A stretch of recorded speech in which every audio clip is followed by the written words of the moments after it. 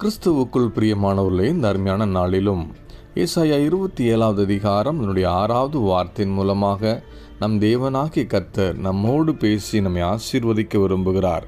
வேத வார்த்தை இப்படியாக சொல்கிறது: யாக்கோபு வேர்பற்றி இஸ்ரவேல் பூத்து காய்த்து உலகத்தை பலனால் நிரப்பும் நாட்கள் வரும்.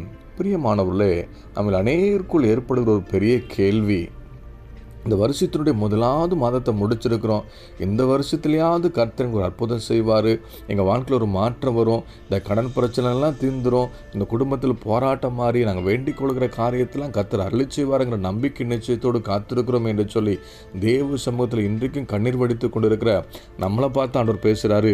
யாக்கோபு வேர்பற்றி இஸ்ரவேல் பூத்து காய்த்து உலகத்தை பலனால் நிரப்பும் நாட்கள் வரும். தேவன் நம்மை ஆசீர்வதிப்பதன் மூலமாக அநேகருடைய வாழ்க்கையில் நம்ம சாட்சியாகவும் அநேகருடைய வாழ்க்கையில் ஆசீர்வாதத்தை கொண்டு வருகிறவர்களாகவும் தேவன் நம்மை மாற்றுவதற்குத்தான் நம்மை காக்க வைத்து கொண்டிருக்கிறார் என்பதையும், நிச்சயமாக நம்ம ஆசீர்வதிக்கப்படுகிற நாட்களை நம்முடைய கண்கள் காணும் என்பதையும் இந்த வேத வார்த்தை உறுதிப்படுத்துகிறது. ஏன் தெரியுமா? இந்த அதிகாரத்தில் 3வது வார்த்தை இப்படியாக சொல்கிறது: கர்த்தராகிய நான் அதை காப்பாற்றி அதற்கு அடிக்கடி தண்ணீர் பாய்ச்சி ஒருவரும் அதை சேதப்படுத்தாதபடிக்கு அதை இரவும் பகலும் காத்து கொள்வேன். அவர் நம்மை காப்பாற்றுகிறதுனால, நமக்கு தேவையான காரியங்களை அருளி செய்கிறதுனால, ஒரு சேதமும் அணுகாதபடிக்கு நம்மை காத்து கொள்வதனால நிச்சயமாய் நாம் பூத்து காய்த்து உலகத்தை பலனால் நிரப்பும் நாட்கள் வரும் என்பதை நாம் மறந்து போய் விடவே கூடாது. ஏன்னா நமக்கு வாக்கு கொடுத்தவர் அவர் சர்வ வல்லமையுள்ளவர், நம்மை ஆசீர்வதிக்கிற தெய்வம், சகலத்தையும் செய்ய வல்லவர். அவர் செய்ய நினைத்தது ஒரு நாளும் தடைபடாது.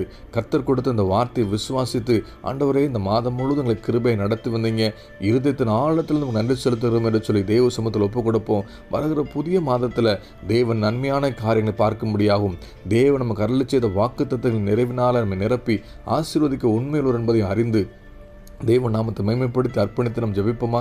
நல்ல தகப்பனே, இந்த அருமையான காலை வேலைக்காக நன்றி செலுத்துகிறோம். நீர் கொடுத்த வார்த்தையின்படி சுவாமி, நிச்சயமாக எங்களை ஆசீர்வதித்து அந்த ஆசீர்வாதத்தை எங்கள் கண்கள் காணும்படியான கிருபை அருளி செய்ய போகிற அன்புக்காக நன்றி செலுத்துகிறோம். நீர் எங்களை பாதுகாத்து இம்மட்டும் நடத்தி வந்த கிருபைக்காக நன்றி செலுத்துகிறோம் சுவாமி.